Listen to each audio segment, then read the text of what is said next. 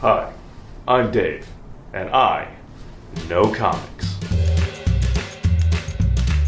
Do you want a superhero whose superpower is less important to readers than his dead wife? Do you want a superhero that reminds everyone that Captain America isn't the biggest tool to be the leader of a Marvel team? And do you want a hero who no one would miss if they fell behind during the Disney-Fox merger? Then allow me to introduce to you my client for Dave Knows Comics on his promos, the one-eyed monster, Slim Shady, Scott Summers, aka Cyclops.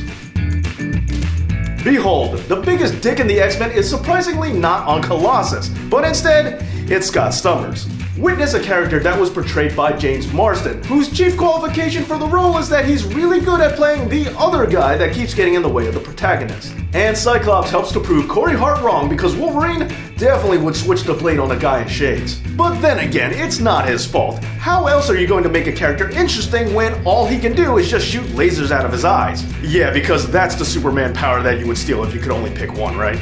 Oh, and might I remind everyone, these are lasers that come out of his face because his eyes are actually apertures to another dimension of pure energy? That still allow him to see for some reason? Oh, and dimensions of pure energy is a thing apparently. Who came up with this shit? Anyway, Scott is supposedly a great character because he's the leader of the X-Men. At least he is whenever Professor X is busy. Or if Professor X is dead. You know, because of Scott. Oh, but speaking of, just realized that Scott Summers was painted into such a corner as being a total douchebag that he had to get killed off himself in order to have his younger self be brought in to replace him. Yup, he's so bad that the Teen Tony play became a viable option. Which is strange, because if they really wanted a younger, better, less asshole version of the character, they could have at least gone with his brother Alex instead.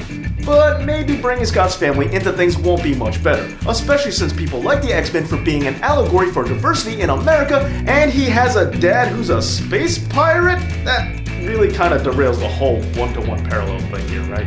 Oh, and while his dad might be off the table, Scott isn't exactly known for being father of the year himself. He has one daughter from an alternate timeline who hates him, and he has a son with a clone of his wife that he sent to the future? Again, I know this is all fictional, but Marvel, you really lost sight of what makes the X-Men work here. Okay, hold on, I got it. Okay, Scott's romantic life is somewhat grounded, right? I mean, even though he did somehow manage to get an upgrade in the wife department by getting with the telepath that he had a psychic affair with after his wife died from being combined with a giant cosmic firebird? Thanks a lot, Star Wars, for making everyone put everything in space. Fine, let's just focus on the fact that the guy has had a bad rap, mostly because he's been stuck in a popularity contest with one of the coolest comic book characters ever created. No one could come off looking good if Wolverine hates them, right? Although Sabretooth, Magneto, and Deadpool might beg to differ. I guess it is kind of weird how Scott Summers somehow can't manage to get over on a guy who creepily has a steady stream of little girls that he hangs out with.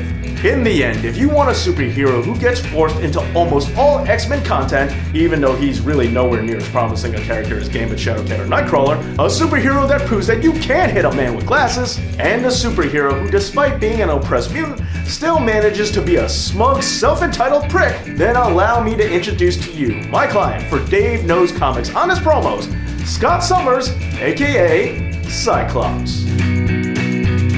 Okay, so he's Cyclops, right? But he has two eyes.